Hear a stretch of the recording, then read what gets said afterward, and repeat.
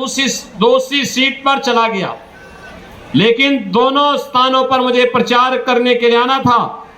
अभी आपके बीच में आया हूं, लेकिन मैं आपसे कह सकता हूं कि 5 चरणों के चुनाव देश के अंदर हुए हैं। अब तक मुझे 12 राज्यों में जाने का अवसर प्राप्त हुआ है।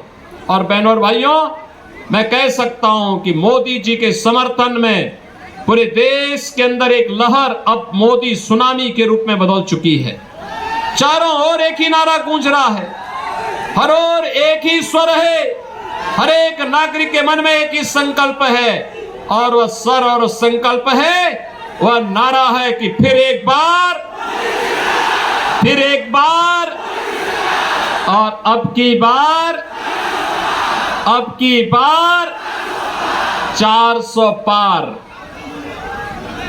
तो ये आरजेडी और कांग्रेस के लोगों को चक्कर आने लगता है 400 पार का नारा सुन करके, क्योंकि दोनों मिलकर के भी 400 सीटों पे चुनाव नहीं लड़े। और ये लोग कहते हैं कि 400 पार कैसे होगा। तो जनता जनार्दन कहती है,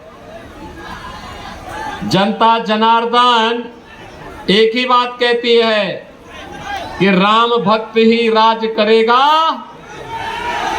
दिल्ली के सिंहासन पर। और मोदी जी परम राम भक्त जो है, इसलिए मोदी जी फिर से प्रधानमंत्री बनेंगे। ये कहते हैं कैसे? तो जनता जनार्दन की ओर से आवाज आती है कि जो राम को लाए हैं,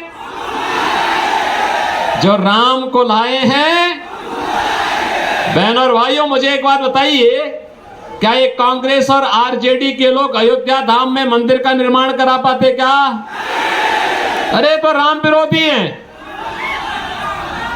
और ये लोग राम विरोधी भी हैं, इनके कारनामे भारत विरोधी भी इनको ठहराता है, इनके कारनामे गरीब विरोधी भी इनको ठहराता है। इनके कारनामे ऐसे हैं कि यह देश की जनता जनार्दन के भी विरोधी हैं, बेटी और व्यापारी के भी विरोधी हैं। बहनों और भाइयों, आज जब मोदी जी के नेतृत्व में भारत की कायाकल्प हुई है,